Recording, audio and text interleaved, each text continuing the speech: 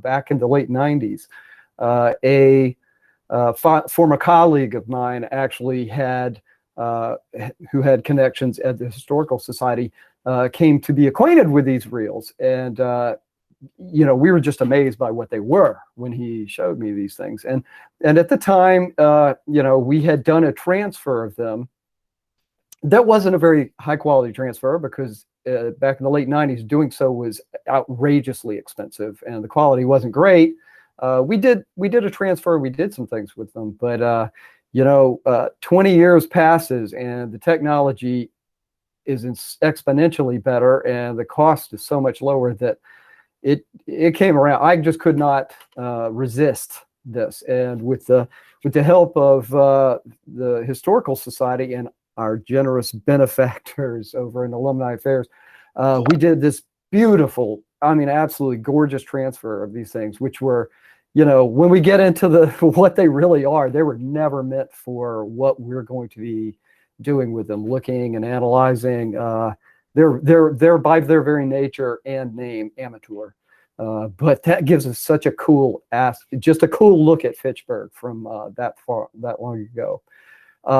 Just a couple of things about the history, not of these particular reels, but where they come from. And I think it is important to know, because this isn't just something that was done for Fitchburg or in Fitchburg. These reels come from I wouldn't call it a movement, but back just after the Depression, in the 10 years or so after the Depression, there was a big movement of what's called itinerant filmmaking, in which these, and a lot of times it was companies that were doing the contract stuff, but you know, these filmmakers would just go to little towns all over the place. They would form a contract with the town or with some entity in the town, and then they would just, as the name says, they'd shoot. They sort of promised that everyone in the town at some point would be on screen by just going around town with the camera, you know, and they pick like a parade day, like for instance, this footage, and everybody was on there at some point, and they'd process it. They'd do the transfer if it was a negative film, and they'd give it to them, and they could run it for a month and a half. They could just sit there and collect quarters, people just coming in and seeing themselves walk across the screen. Which you got to imagine, you know, and 80 years ago, that was hip. That was like having your own website, you know. So it was, you know, it was just kind of a cool thing that was done, and it really made a lot of it. There's a history for this stuff that I can just say more about. The main company that is known for this is a company out of Akron, Ohio, called Amateur Service Productions. They were known for, they didn't actually go to these towns. They would just put out an ad in a state like Missouri or Ohio or Kentucky or something, and say, just hire some people to go around and sell the service. And then 6 months later, somebody would show up with a camera and wander around the town and shoot it, and then it was put together in film reels and screened. The reason we still have this is that somebody didn't throw it away after that was done, which is how the best history is made, frankly. So, you know, over the years, and I don't have the entire history of it, but over the years, it did end up in the Historical Society, and that's where we got access. For those of you interested in a deeper look at Amateur Service Productions, there is some primary research. It's a very, very good book by a fellow named Martin Johnson called Main Street Movies. And it goes, because, you know, Amateur Service Productions wasn't the only company that did this. In fact, there were some copycat companies that said they were Amateur Service Production, and they would just roll into town, take the money and run, you know. But it's a very interesting book. And there are quite a few of these, actually. If you go into YouTube on the web, you'll find one guy that was known for doing this in West Virginia, and his films are actually quite known because there's a collection of his H. Lee Waters, and his stuff in West Virginia is very well known. Now, about our films, some very cool confluences, because these amateur service production things were done over a period of 10 years in tons of different places, but our Fitchburg reels were all shot less than a month before Pearl Harbor. And not only less than a month before Pearl Harbor, they were shot on around Armistice Day. I don't think it was all on the same day, because there's a lot of activity that didn't happen on a federal holiday going on in some of the stuff. But when we scheduled this, when rescheduled, because this was supposed to happen last semester, COVID-19, when we rescheduled it, we were looking at it like, you know what? These were shot 79 years ago tomorrow, right? I mean, this is kind of a cool confluence. So some of the stuff you'll see in some of these reels is the Armistice Day parade of that day. This is all the way up at the Commons, laying the wreaths on the statues, all of this, all the veterans walking up and down the street, Boy Scouts, Girl Scouts doing the same thing. It's just crazy, interesting stuff. So that's what you're seeing here. Now, that is just the history of the reels. Susan Navarre is about to give you a little more scoop, and some of you may have even been around at that point. We've got a big crowd here, and may even remember an older Fitchburg that looks a lot more like these reels than what you see today. After we look at least one of these reels, we'll come back, and I kind of want to talk about some interesting angles to take it. And we've got two reels and some other sort of things if we get to. So we're going to hit some stuff. But first, to introduce Susan Navarre, illustrious Susan Navarre of the Fitchburg Historical Society. Please take it away, directress. Alrighty, yeah. Thank you so much, Charlie. Yeah, I'm Susan Navarre, or the illustrious Susan Navarre, apparently. I'm the executive director here at the Fitchburg Historical Society, where we preserve, protect, and interpret Fitchburg's history. So what I'm going to do is give just a little bit of historical context for the time that we're looking at in the movie. So, and as Charlie mentioned, the movie has some exact evidence of when it was filmed, because Veterans Day, November 11th, and we know it was 1941, so less than a month before the bombing of the naval fleet at Pearl Harbor, which drew the United States into World War II. But the U.S. already had some relationships with the Allies before that time. So there were, in some ways, there was a general consensus that the U.S. was probably going to enter the war. And I think that's one of the themes that we see underlying scenes in this movie tonight. But so first I'll look at what was Fitchburg in 1941, and I'll share some pretty pictures with you. Lower right. Shoot. It's not showing my share the screen in the. If your cursor goes down to the bottom of the screen, that white little tab will come up. Yeah. All the way to the right, it should have a thing that says present now. Oh, present now. I'm sorry. I went too far. Sorry about that. No worries. Okay. A window and it's not sure. Let's see. Is it? There we go. This one. Share. Sorry for being slow here. Alrighty, so Fitchburg in 1941. So Fitchburg had been a center for manufacturing since before the Civil War. So by 1941, its economy had been expanding for at least 100 years. So now here's a photo from 1939 that I think gives you a nice chance to see all the buildings in Fitchburg's downtown crowded up against each other. This also shows a construction project in process. In this case, they're building the underground pedestrian passway that gets you from Sawyer Passway near Main Street to the other side of the train tracks near St. Bernard's.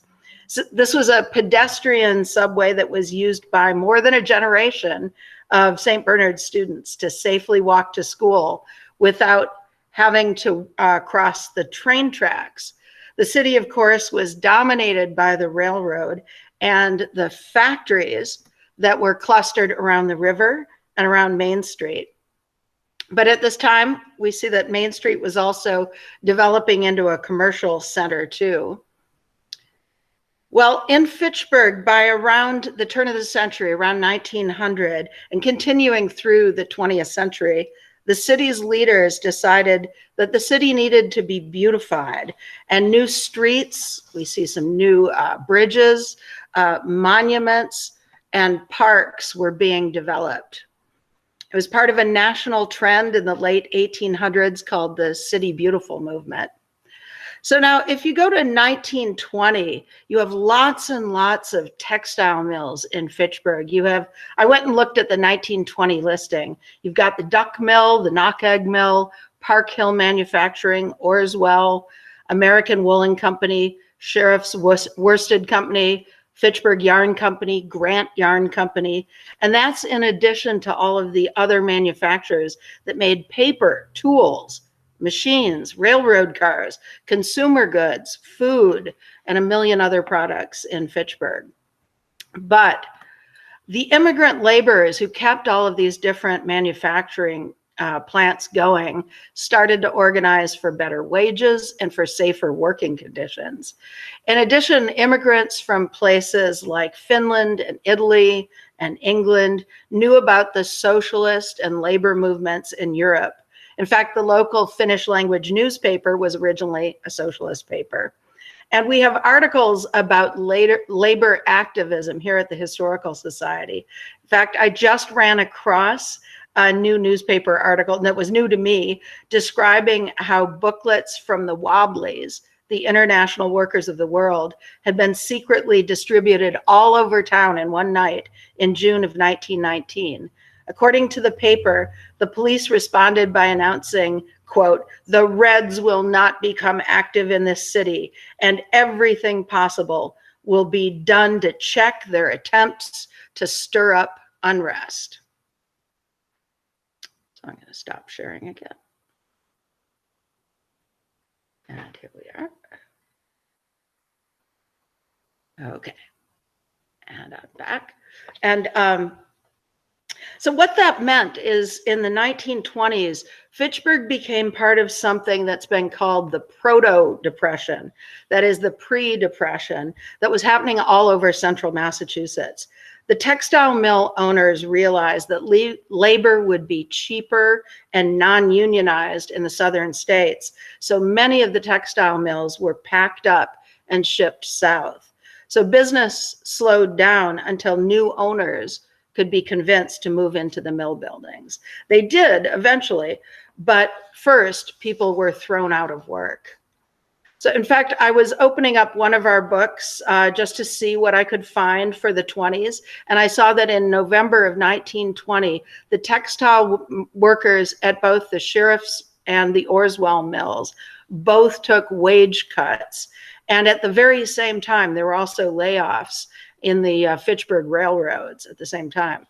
So the regional economy is struggling along, and then boom, 1929 October, there's the stock market crash, and the Great Depression followed nationwide. In some ways, I think it's a 1-2 punch for Fitchburg's manufacturing workers.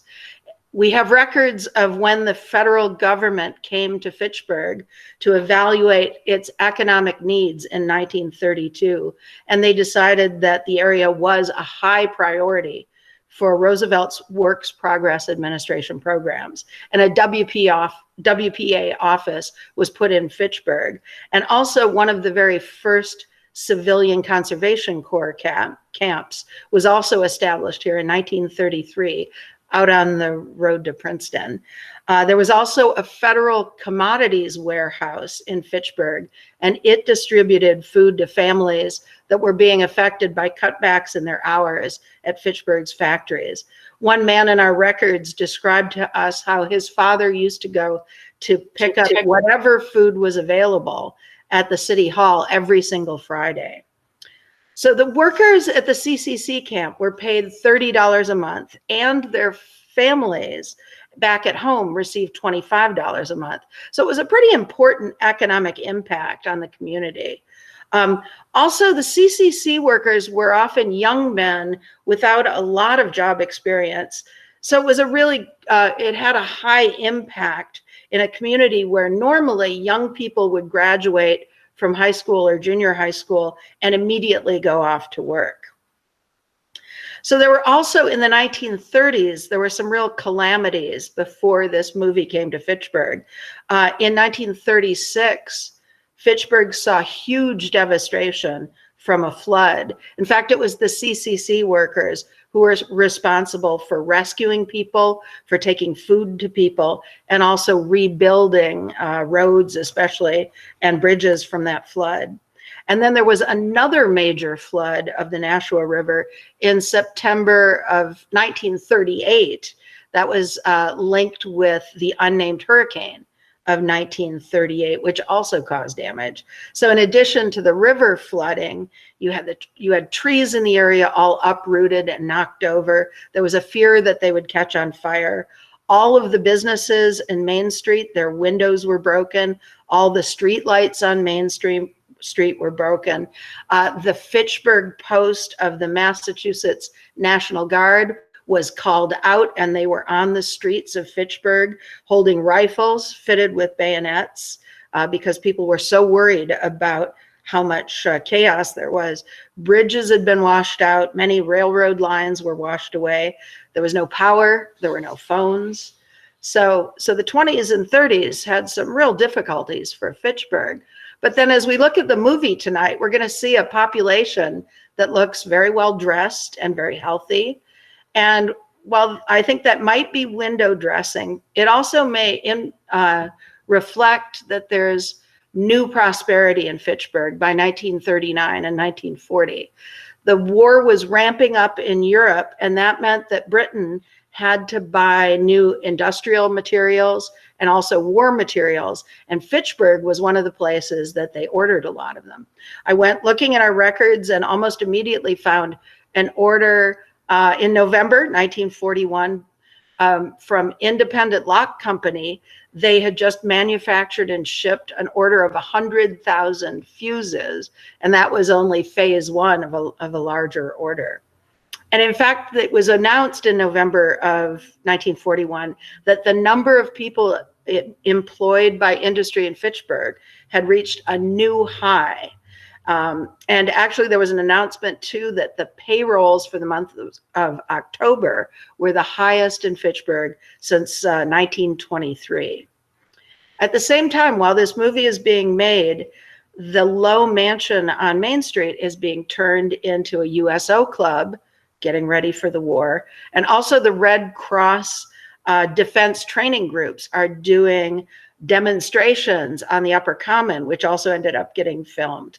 So by the time that the war started for the United States, Fitchburg had made up all of its job losses from the Great Depression, and now it was ready to become a center for wartime production.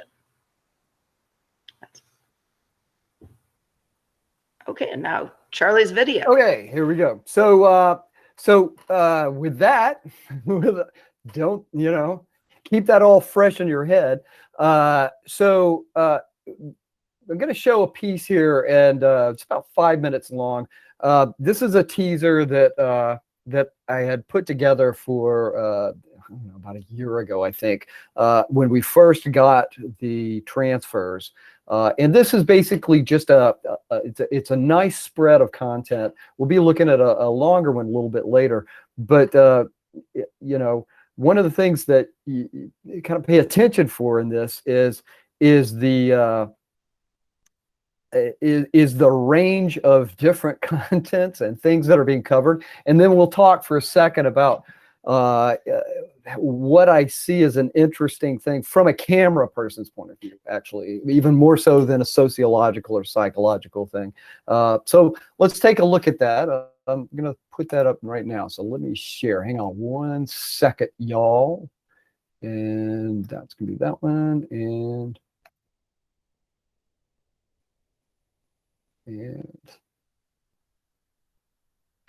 there is no sound, by the way, you guys.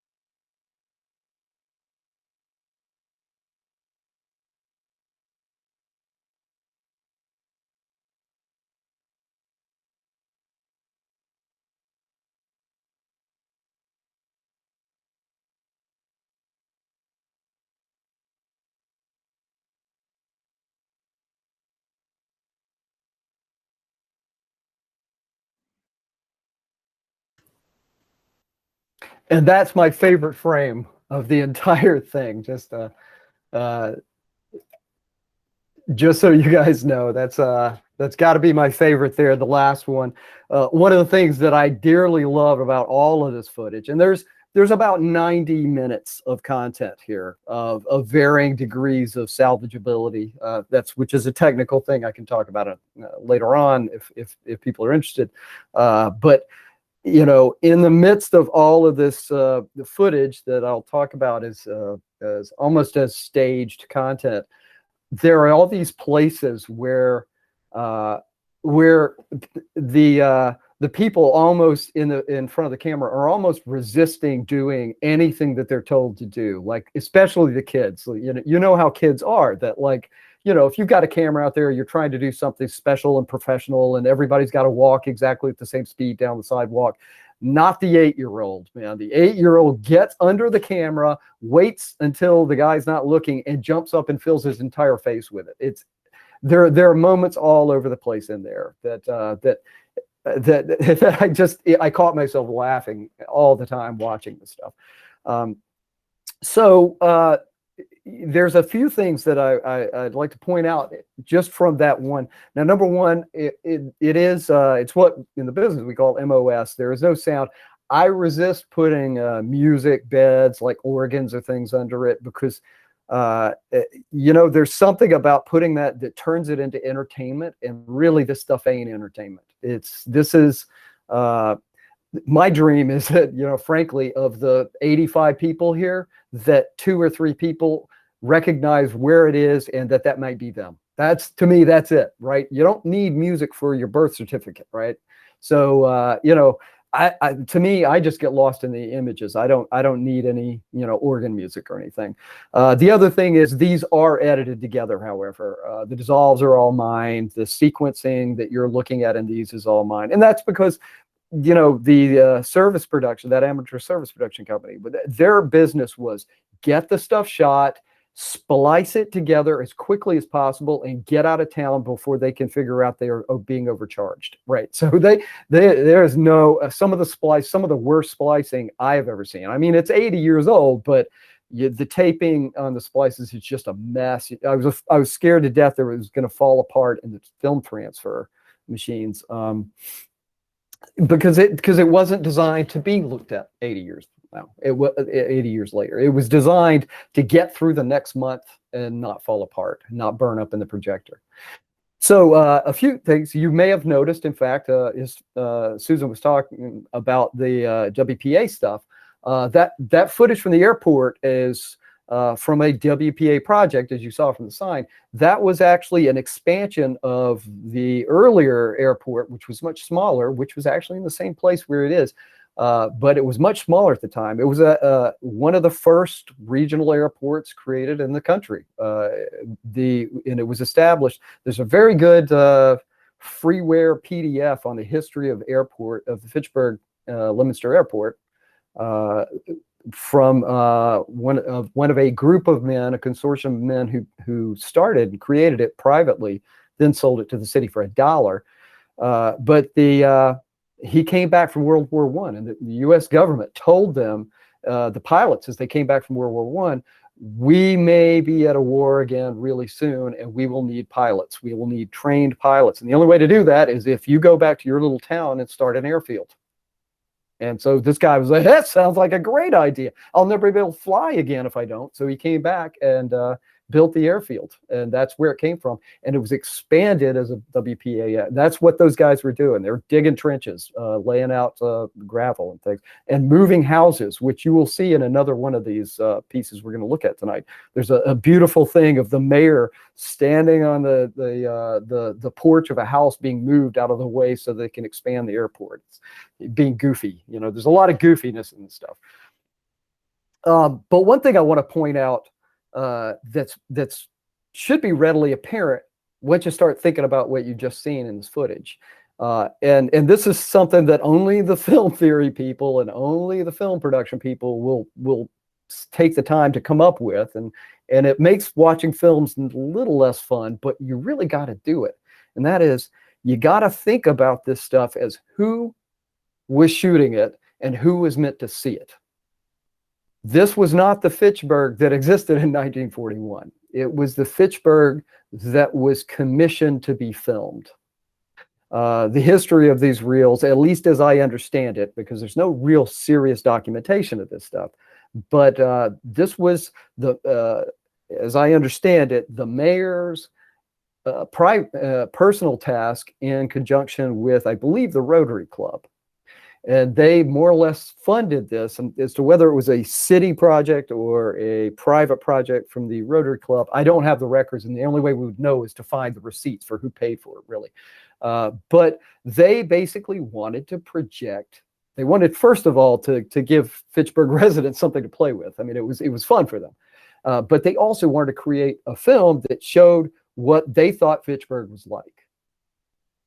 And they did from their point of view. But again, as you'll see a little later, I have a piece that I'm going to show. It's only a couple minutes long, but I like to call it Men Doing Important Things, right? And it's literally just, you know, staged images of the city council signing papers. You'll see this a little later, but it's really trying to project this, as Susan was saying. We're coming out of the Depression. We've got business. Everybody's successful. We have veterans, and we're really proud of them, and they were, and we still are. But they weren't showing other parts of Fitchburg. I mean, we know that Fitchburg even then was, you know, it was both a blue collar town and a white collar town. It had all of these different edges to it. What I have come to know over the year of working with it is one of the most beautiful parts of the city spirit of Fitchburg is service. You know, you're not there just to get your money out of your factory. You're there also to provide. That's why you have all these beautiful buildings in downtown. You have all of these, the museums. You had, the library, for instance, did not just come out of city funds. There's service. There's giving back to the community. What you don't see in the film, you see a lot of that. What you don't see in the film is the people who are being served. And that's a telling absence. You don't see the poor. You don't see the people that need those services a lot. For instance, there's a huge chunk of this that's with which you don't hear much about anymore, but the Society for the Prevention of Cruelty to Children, not animals, but children. And, it was a visiting nurses association effort to take care of kids who maybe didn't have enough to eat, or the parents couldn't provide for them very well. And they did, you could bring your baby in the prim and get the baby checked out for free. But you don't really see those poor people. You see the service. You see the things that are being done by the successful.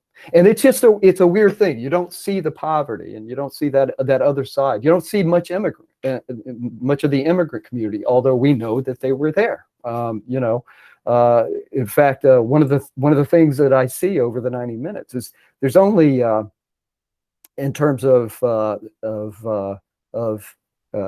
there are 2 Asian faces, and there are 2 shots of an Asian American laundry businesses, and that's it. That's it. Like, I mean, it's the diversity doesn't show, and that's 1941 was a very different time, but that's what the city wanted to show, a specific kind of thing. So it's nothing to be ashamed of per se, but it has to be understood what you're looking at. And that's what really sticks out for me, that you have to look at what's there. Now, the other side of that is what I was talking about, the little kids, the kids jumping in front of the camera, kids doing pranks all over the place. There's at least 30 minutes in the schools, and you better believe in the schools, the kids are sneaking peeks at the cameras and making faces. I mean, it's hysterical.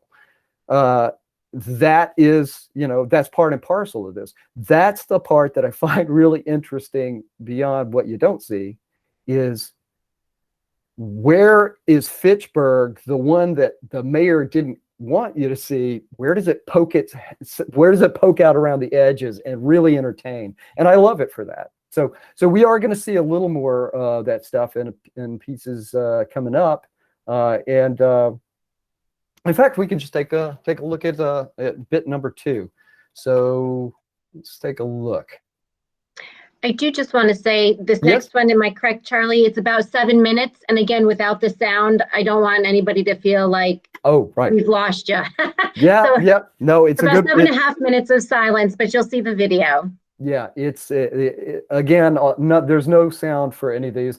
It's kind of a funny story. For a while before I got the transfer, because I hadn't done the original transfers back in the late 90s, Gunther had taken care of those, and I hadn't seen the stock. And when I got it, the box that it was in was a what we call mag stripe. It was a box for film that has mag stripe, which you may not know, but mag stripe is as an optical soundtrack on the film.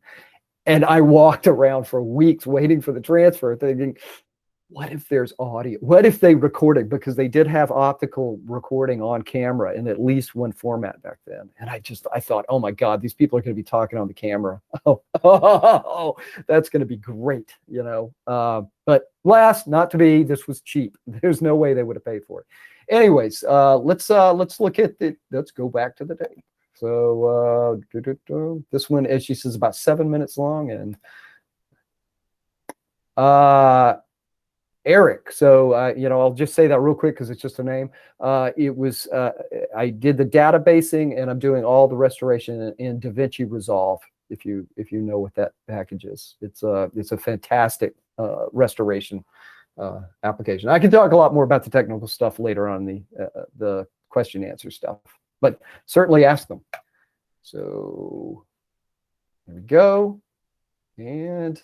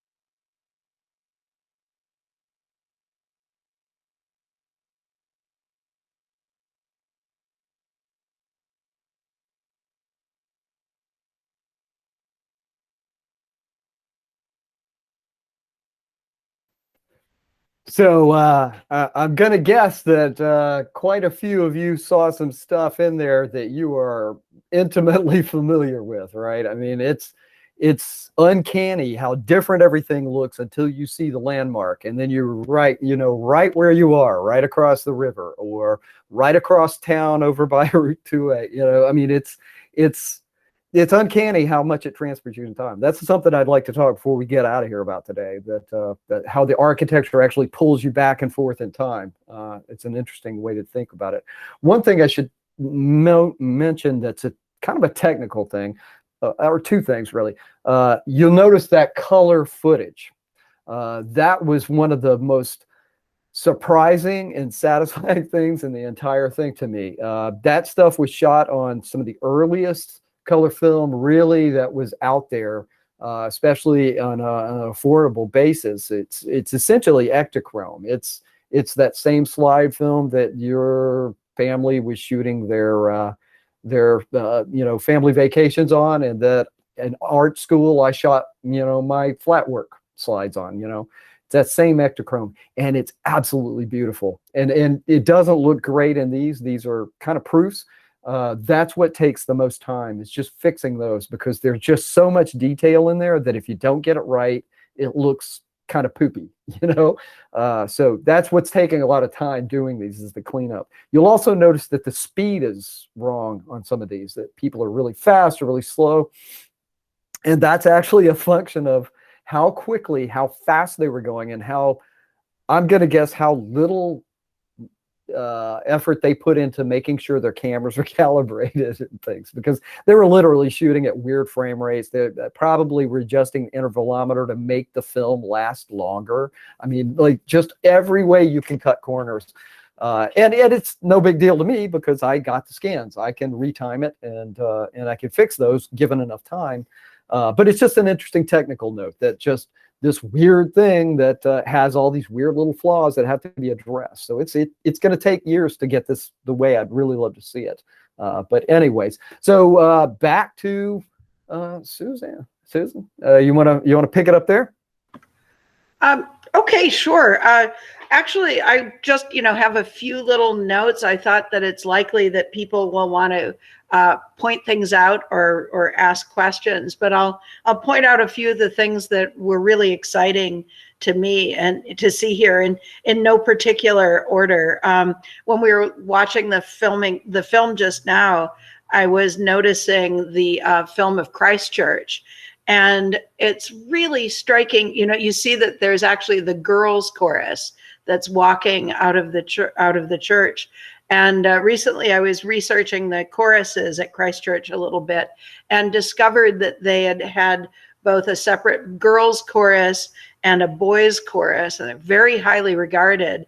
And actually the boys' chorus used to do a tour every Christmas, that they would go around to other churches in Fitchburg and the area and perform at a number of different churches, because they were so well known as a chorus. I don't know if that's true exactly in 1941, but certainly in that time period. I also was when I was researching the president of Rotary clubs, at one point there was a minister from Christchurch, or priest, I guess you'd say, from Christchurch, who became the president of our Rotary club for a couple of years. And it was interesting to see his career trajectory, that he was in Philadelphia as the assistant minister in Rittenhouse Square, so one of the wealthiest communities in the country, and then came to be the chief priest here. And so I thought it was really interesting to see the kind of pull that Fitchburg had. And in fact, he became an important he was important internationally in the work to help rebuild Europe after World War II, and make sure that the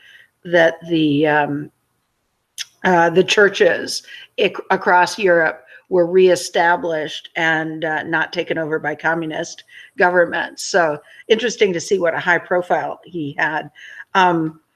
Yeah, I think that the thing that I hear from people when they watch this film footage more than anything else in the earlier sort of muddier versions that we had before, what they really note is how jam-packed with businesses and activity Main Street is, and the number of people who are pouring out of the churches and the number of people who are walking up and down Main Street. And I think that's something that we really see there, that there are a few buildings that are gone now, and that before the city was even more tightly packed. As Charlie says, they really emphasized showing some of the snazziest looking new buildings or historic buildings. And I was struck watching this by how many of these were quite new, that the World War I monument was relatively new at this time. And of course, the high school, they're showing the high school, and that was brand new. It was built in 1937, and a big national hoop-de-doo was made about opening up that high school. So it makes perfect sense that you'd really emphasize it. Also, having a hospital with the and all the healthy babies that came out of there. This is it was in the 1930s. There was something of a baby bust nationwide because of the Great Depression, but I think not so much in Fitchburg, because it was the economy was coming back a little bit. I think especially perhaps because of how many Catholics there were living in Fitchburg, that you had lots of children. But you could see that people's children were very important to them. Lots of pictures of them learning in the schools. I'll mention one other thing. We saw a brief picture of the kids square dancing, and that was actually a sort of a fad that came back. I'm sure that many of you, like me, learned square dancing in gym class. And that actually was a fad that started pretty much in the 20s and 30s as a way of connecting kids to their history in the United States. And it was very big in Fitchburg, as in so many other parts of the country. There was a Fitchburg quadrille club that was all for people who wanted to square dance. And there was the junior quadrille club. Okay, so those are the things that jump out. Or maybe I'll mention, you were talking about the mayor, and certainly the mayor, Alfred Woollacott, is a fascinating man, spearheading the expansion of the airport. Also, as I understand, getting Fitchburg's sewer systems updated. A lot of prosaic projects he worked on, but boy, did he accomplish a lot. And we have many, many boxes of his records here at the Historical Society. I hope somebody comes in and writes a biography of him. And another person that we see at the speaking at the parade in the longer footage is Andre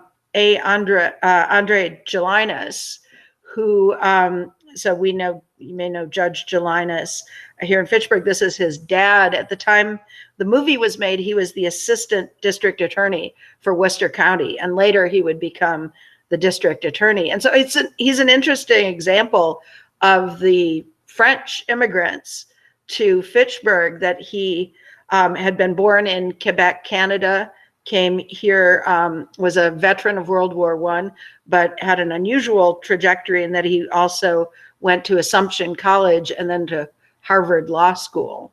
And I think the back and forth of many people in Fitchburg to Harvard and Radcliffe and Smith College was a big part of how this city grew so quickly. Maybe then I'll wrap it up for people's questions and comments.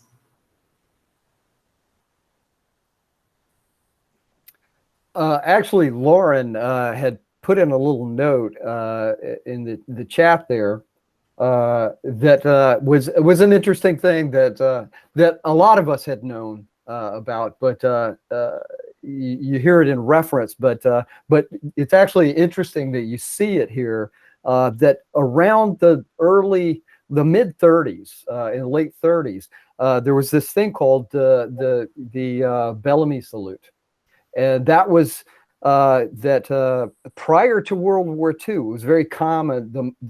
Hand over your heart was not actually the way you pledged to the flag, the Pledge of Allegiance. Some of you may remember the Bellamy salute, which was actually this outstretched hand towards the flag, and it was the practice was created by, I believe it was a senator, but he was a very famous politician, and he had addressed the flag and said, "This is an amazing flag with an outstretched hand." And it was such a popular thing that it was developed into, that was the way you pledged allegiance.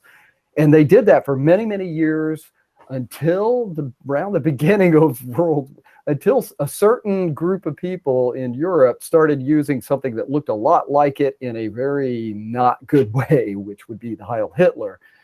And it went away. That's the period around the 40s is when you really stop seeing the Bellamy salute and you start seeing the traditional hand over the heart, the current traditional hand. It's just interesting to see it because I've shown this footage to a lot of people, particularly younger people, and they're like, they have no idea why all these kids are standing there with their hands up, because it does look a little weird, a little fascist, and it's not. No, that's the way we saluted the flag back then. So anyways, just an aside there. There's some very cool stuff, and Susan, there's some very cool resources going through that chat. I think you should take a look at them before it gets I think it gets recorded with the recording. So yeah, I'm blabbing. I know Q&A it's a good time for Q&A, I guess. Yeah, so feel free to unmute yourself if you have a question you would like to pose to our presenters today. You could use your space bar if you're on the computer and whatnot, but or you can certainly type something in the chat, either way, but feel free to go right ahead.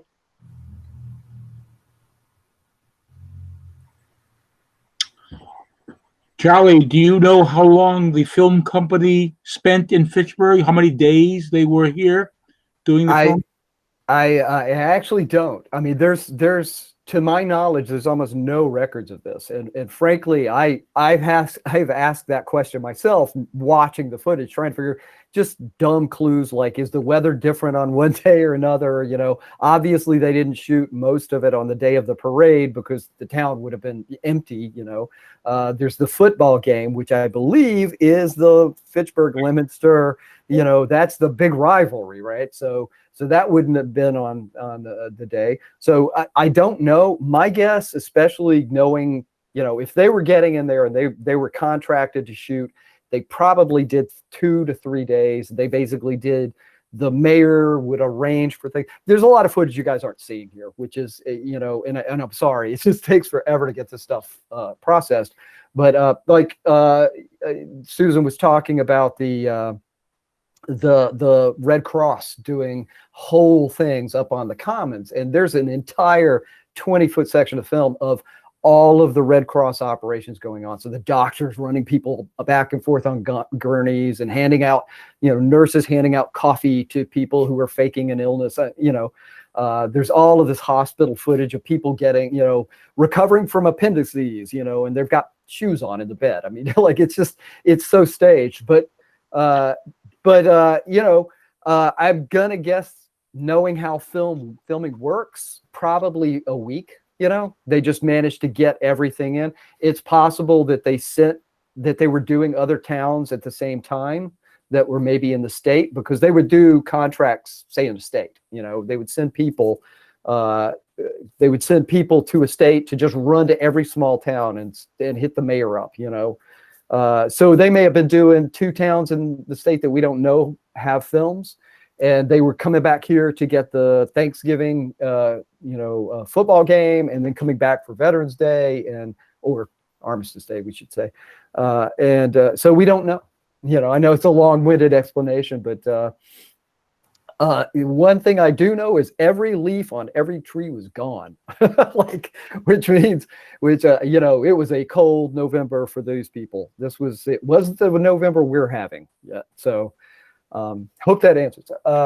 I think there's a question, will this be available to view? So here's the thing, that's above my pay grade, but my guess is yes.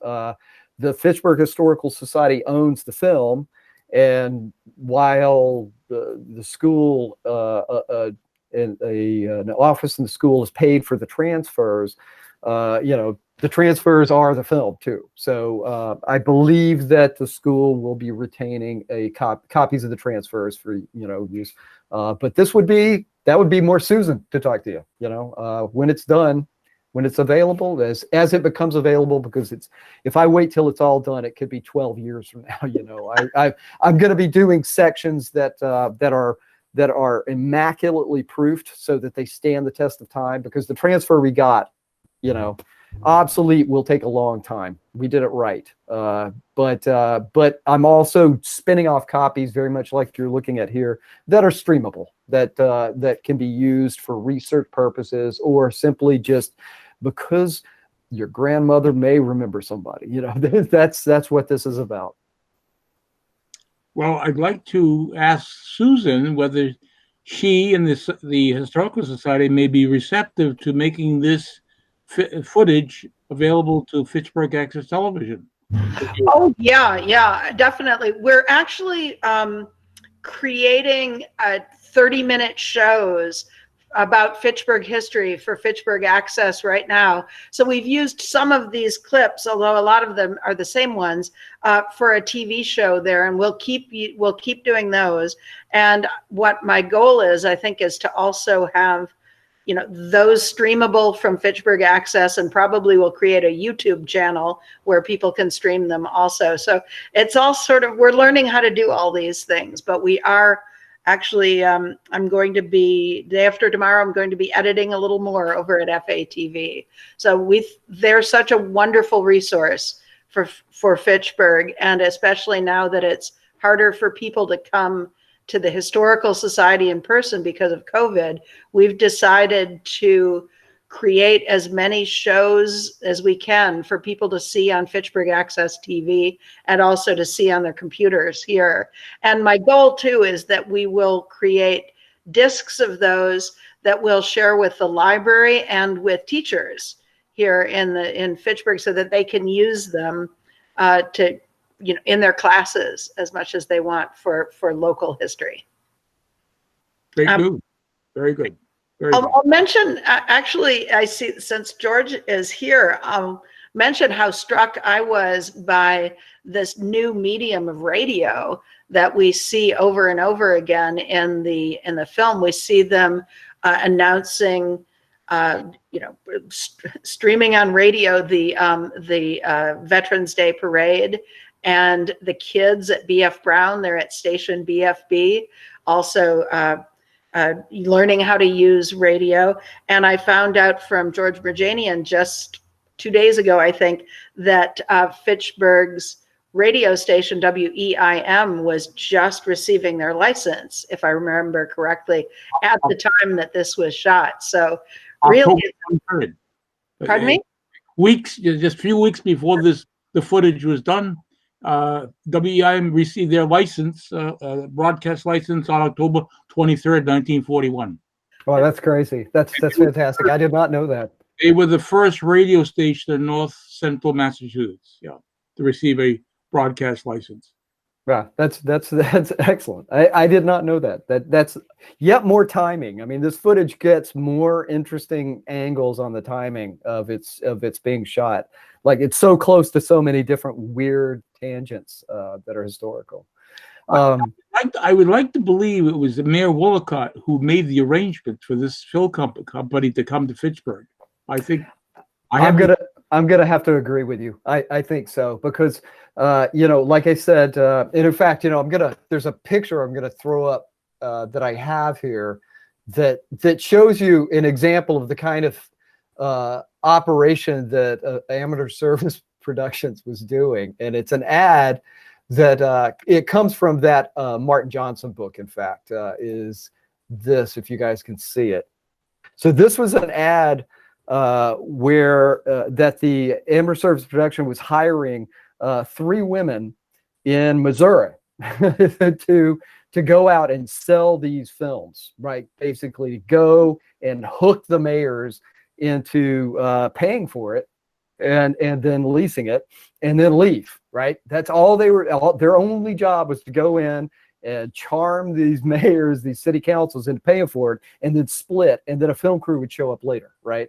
And they just blanket the state. And this is why I was saying I wouldn't be a bit surprised if there are 3 other towns within a couple of hours of drive that also had these films, like up into New Hampshire, maybe even the bottom of Vermont or New York, and they're just blowing through, shooting as much as they can in one day, and then go to the next town, you know. Because I can tell you, they damn sure didn't spend much time splicing these things, man. It looks like Scotch tape sometimes, you know. This was a hurried job, but it's just kind of a cool angle on it. That book is just an invaluable resource.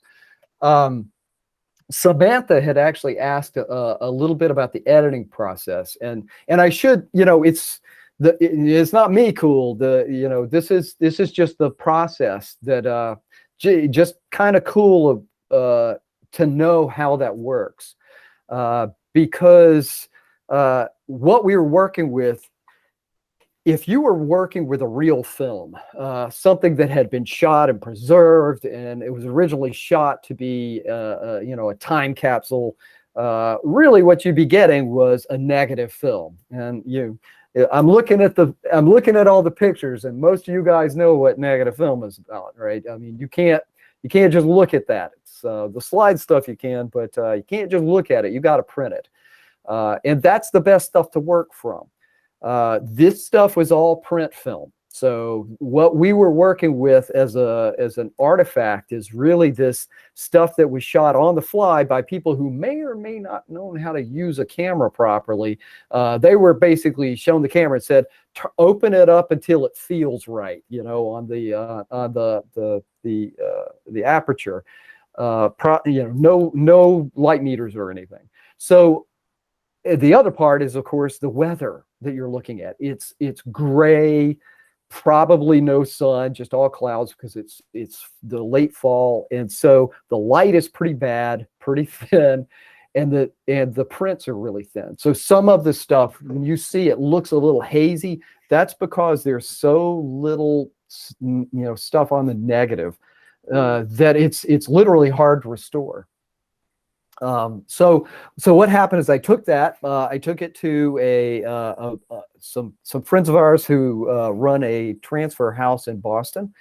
We just for some technical detail, for those of you, I know TJ's out there too, and I see Tony. He knows probably a little bit about what I'm talking about. We were scanned in as a digital raw negative, DNG, if you're familiar with it, which basically is just pure image data. There's no compression on it. It's almost like a turntable record. You'll be able to make image data out of that stuff 50 years from now, long after we're using brains instead of computers to do it.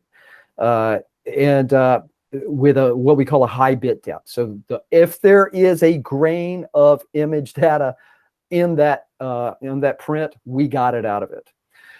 That was transferred in as this raw data. It has to actually be processed in a particular way, and then we had to, because it's done in what we call a log space. It's kind of like the negative thing. You can't look at it and see anything. So you really have to take these shots and actually expand detail out. And every single shot, because they were all exposed differently, underexposed, overexposed, not exposed, there's detail there, and I don't want to leave it. So, a shot could take a couple of hours just to even get into where you can see it, and it's still not perfect. And when you get to the color stuff, it's just 3 times more work. So really, it's taking the scans. Someone asked about what did I do for organizing.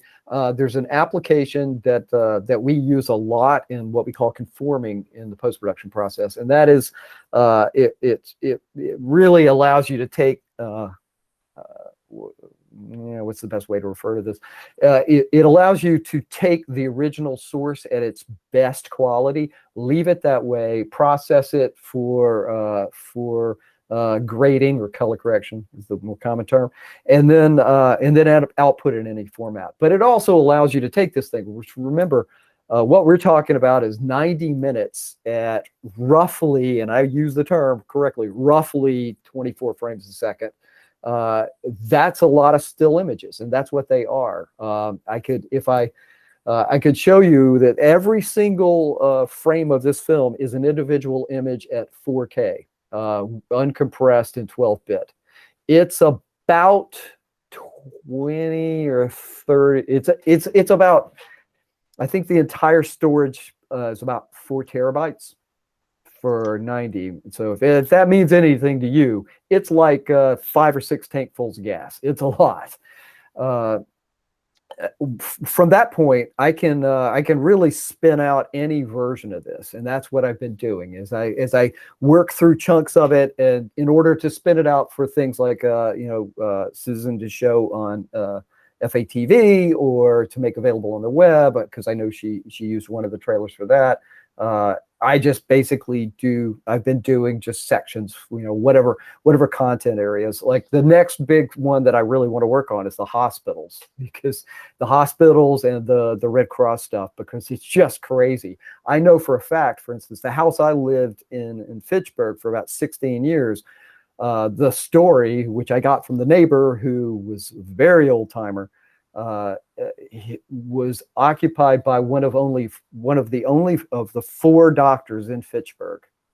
I know he's almost guaranteed to be in there. He built the house I lived in 1929, and he was a doctor. He ran it as his doctor's office, and I assure you, he was on the common dragging gurneys around in that footage. I have no picture of him, but I know he's there. That's the beauty of this footage. So, anyways, I think what was it? You're going to create side-by-side samples of original versus restored.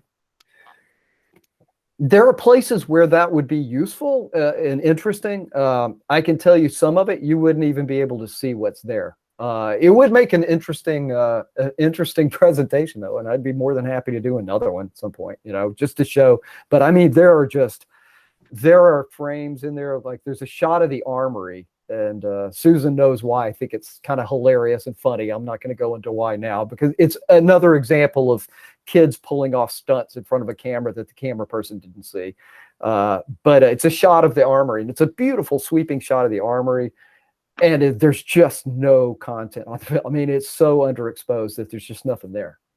I can't rescue it, but which is sad, because it's a very funny picture. But I could see doing that in the future, certainly. I'd kind of like to build this into a class if I ever get the chance to do that, where I can take kids through the restoration process, because there's a whole series of processes, not up to and including the transfer process, which has to be kind of managed. I would love to go back and retransfer that color footage, that Ektachrome, because it basically got what we call a best light. Actually, Tony, you may even remember that because I know you were around. Gunther Hoos, your father-in-law, probably would have maybe gotten that one to you. Best light versus one light, and this was when you transfer film.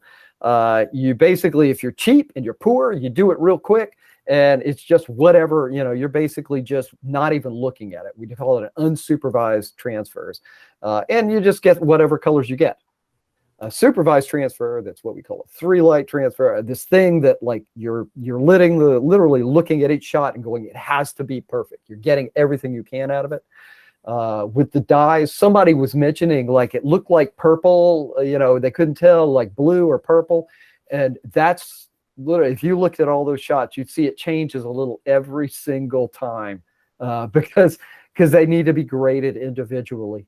Just because the color dyes in that Ektachrome are a little off, the transfer didn't like them quite right, and they just need more work. That's why I think the poster we said meticulous restoration, and it's because, man, I could just stop teaching and just been do nothing but this for 6 months, and it'd still work, and it would be fun. I'd love to. Let's see, Christine. Charlie, before you continue, Yes. I just want, for recording purposes, and for those who aren't able to get the chat, like you were saying before, it looked like the non-Fitchburg team was wearing purple uniforms. So it couldn't have been Leominster, and somebody clarified that it looked more like blue That's and gold, that it was St. Bernard's. And Yeah. so yeah, for those, inquiring minds, and for the recording, I just wanted to point that out. Yeah. So there you go. And here at the Historical Society, we should go into the school's publications, the red and gray and things like that at the end of the year, and they'll do a little wrap up of the sports information, and I bet we can find who they were playing each of the weekends in November. We'll be able to see was it indeed St. Bernard's or another team. I thought it also didn't quite look like Leominster, and it seemed unlikely they'd stay all the way to Thanksgiving, but you never know. There you go. Charlie, did you see was there anything filmed in West Fitchburg or Clegon? I feel that there wasn't. I don't think there was, and another that there may be some in there that because there are locations where I just have no idea, because you know, streets that just don't even exist anymore, and that's just urban renewal. That's going to happen in 50, 80 years. There are places, that I'm not sure about. One glaring omission, and I firmly believe that there is a fourth reel that we may never see. And that is, most of you will probably recognize that there's one giant circle of stuff that is not in any of the footage I showed you, and it's not in any footage here. That would be the Fitchburg State. There is no identifiable footage with there's like 2 shots on the outside of Edgerly. And that's it. It's a bunch of guys leaning on a concrete rampart, in front of some stairs, smoking, having a smoking break.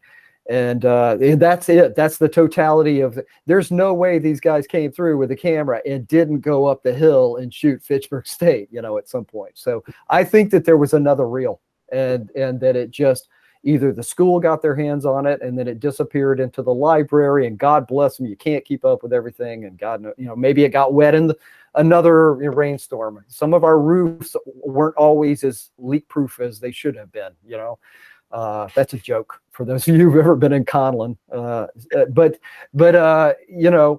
I think that there is a reel that's missing. And I think that there's probably other parts of the town that are, there. It's good to see some parts of the town are there that I actually would have expected. They're a little farther from downtown, especially when you get to the churches. They were told every church has got to be there, so they did it. They went to every single one of them. Christine was saying the film of the Burbank Hospital and Nursing. And in fact, one of I was referring to earlier that there was some shots where, a doctor's checking over people, and it doesn't seem 100% like they're actually sick. I think there may be some staging, but they're, part of that footage is the nurses training there. There's footage way up at the top of the hill on, the bare hill there, of what the hospital looked like then. A bunch of rooms, there was much less of, hospitals were different then, there was a lot more being treated at home than going and staying in the hospital. A lot of you guys will remember that the doctor came to you most of the time, right? So it looks very different, but there's nurse training stuff all over the stuff from Burbank. A lot of nurses with a lot of Bunsen burners. Like it's fun stuff. It's fun stuff. None of it. There's no tragic burn victims in this footage. There's a lot of people probably getting appendectomies or whatever, like getting their tonsils out or something. It's all cheerful, which goes back to that. Not really propaganda, but that staged thing that I was talking about. They wanted to show, well, here's what happens. You go to the hospital in Fitchburg, you smile, they give you ice cream after the tonsils, So Christine, stay in touch about that one, because, I did mention my interest. That's one of the next sections that I really wanted to tear into because the footage is actually quite good of that. It just did the exposures. I think they had better light that day or something. I think we have time for a couple more questions if anybody has one. Just make sure you unmute yourself.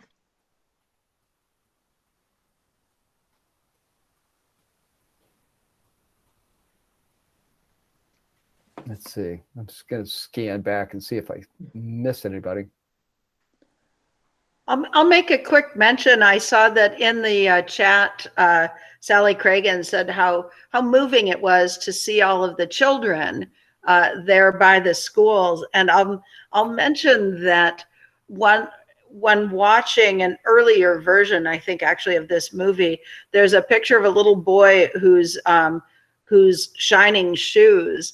And I was watching it, and then with Dr. Joe Adante, and I looked at it. I said, looked at him and said, "Is that you?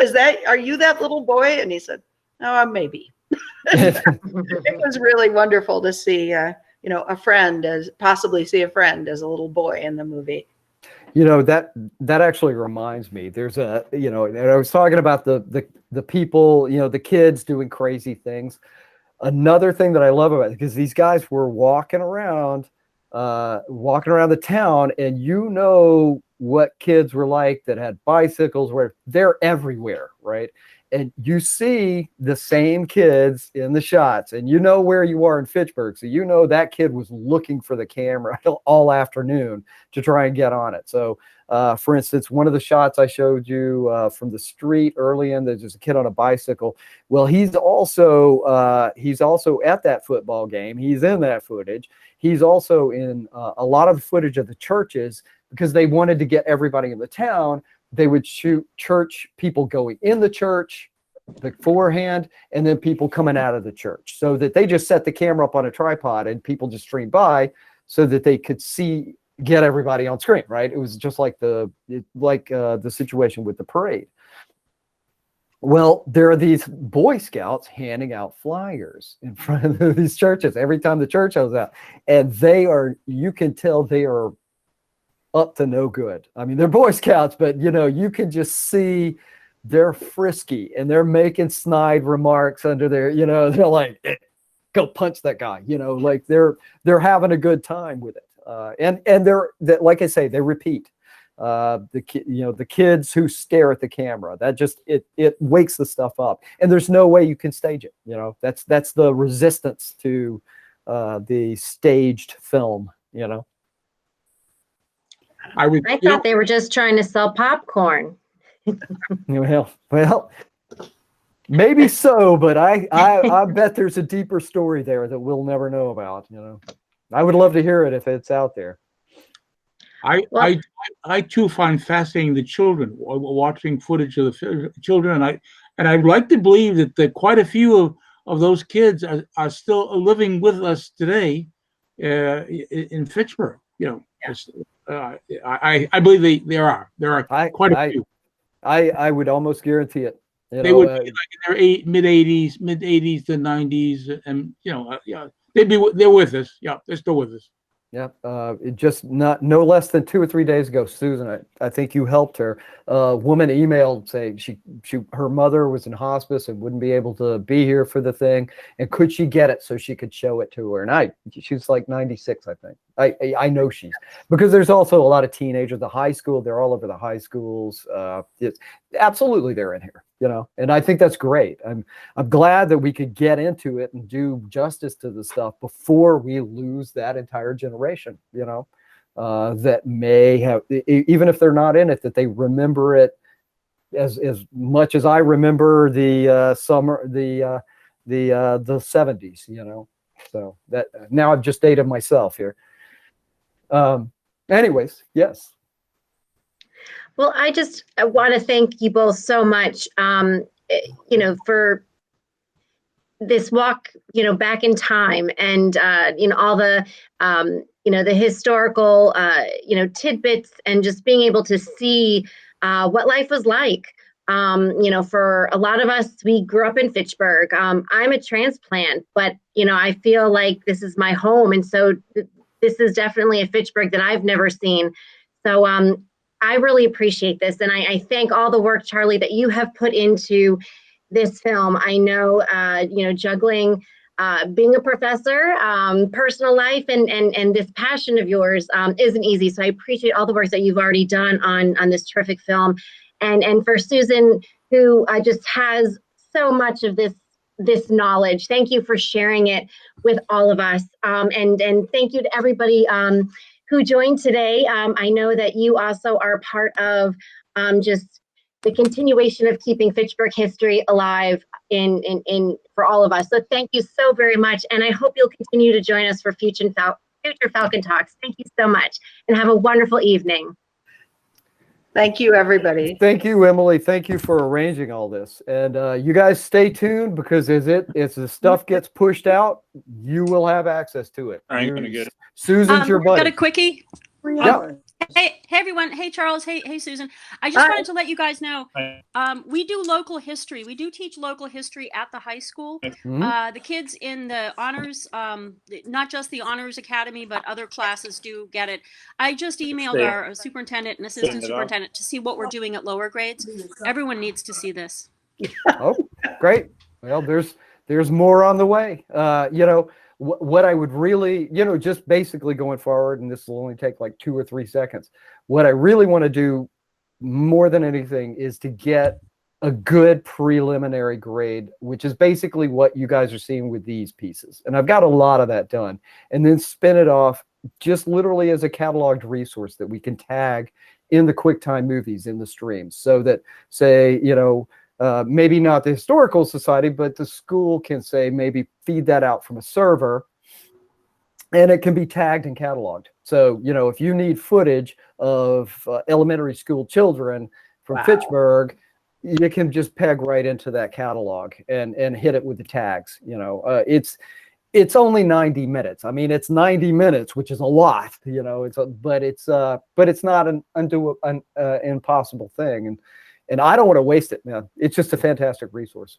If anybody finds another reel of 60mm film and you don't know what it is, I need you to call me, okay? Because that's the other one, Oh, wow. Yeah.